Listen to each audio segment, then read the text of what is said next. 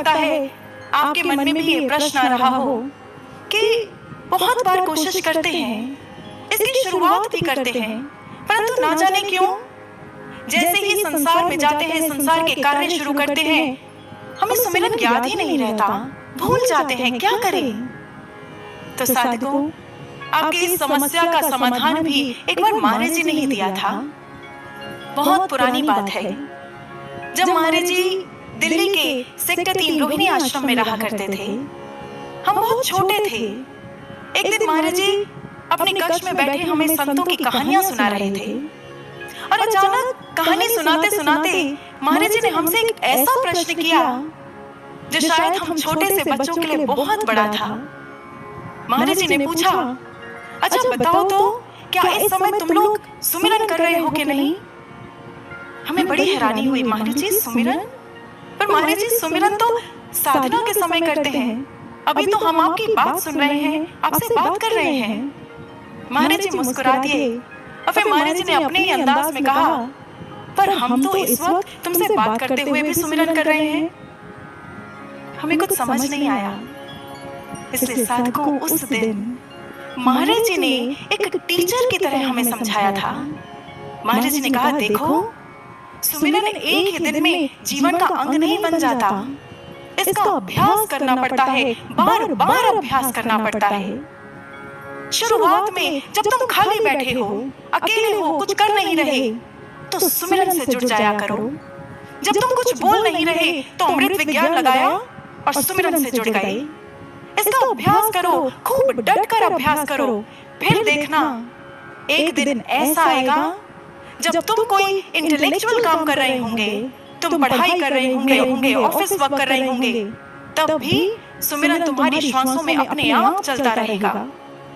फिर एक दिन ऐसा भी आएगा जब तुम कुछ बोल रहे होंगे, लोगों से घिरे होंगे, मीटिंग्स, फंक्शंस अटेंड कर रहे होंगे, तब भी सुमिरन की लड़ी तुम्हारी श्वासों में बनी ही रहेगी।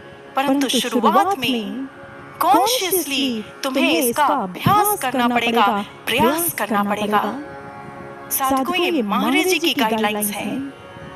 ये महाराज जी के शब्द हैं जो सिर्फ हमारे लिए नहीं, हम सबके लिए महाराज जी ने गाइडलाइंस दी थी। इसलिए एक बार अभ्यास करने का प्रयास तो करें। संत तुकाराम जी, वे तो अपने शिष्यों को समझाते हुए कहा करते थे, अरे यदि हर रोज चुटकी भर विष खाया जाए तो शरीर उसे भी पचाने का अभ्यस्त हो जाता है, तो फिर यदि सुमिरन करने का अभ्यास करेंगे तो इसकी आदत क्यों नहीं पड़ेगी?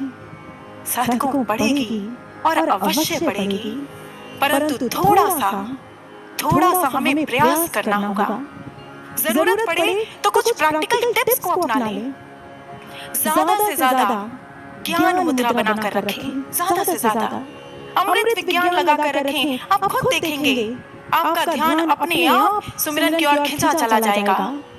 माताएं बहनें जब खाना बना रही हैं, रोटी बना रही हैं, सब्जी काट रही हैं, उस वक्त सुमिरन का प्रयास करें। भाई लोग जब ट्रैवल कर रहे हैं, ड्राइव कर रहे हैं, ऐसे में अपने अपने दिन भर के अलग अलग क्षण आप बांट सकते हैं, खुद कर सकते हैं। हो सके तो अपने मोबाइल फोन्स पर अलार्म सेट कर लें। जब यही रिमाइंडर्स बार बार हमारे दिलो दिमाग पर दस्तक देंगे तो साधकों, हमें सुमिरन की आदत पड़ेगी और जरूर पड़ेगी।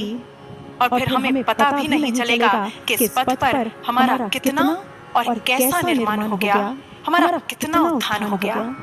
इसलिए साधकों, अब से ही सतत प्रयास करें, सुमिरन हर श्वास प्रश्वास करें।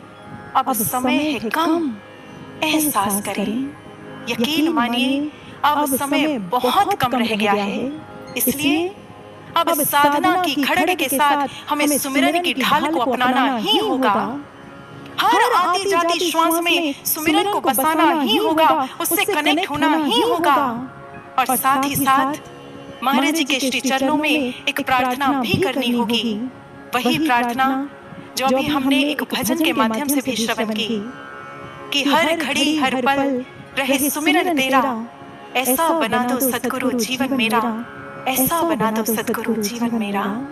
कि महाराज जी हमारे प्रयासों को पूर्ण सफलता तभी मिलेगी जब आपका कृपा हस्त हमारे मस्तक पर होगा, उससे पहले नहीं।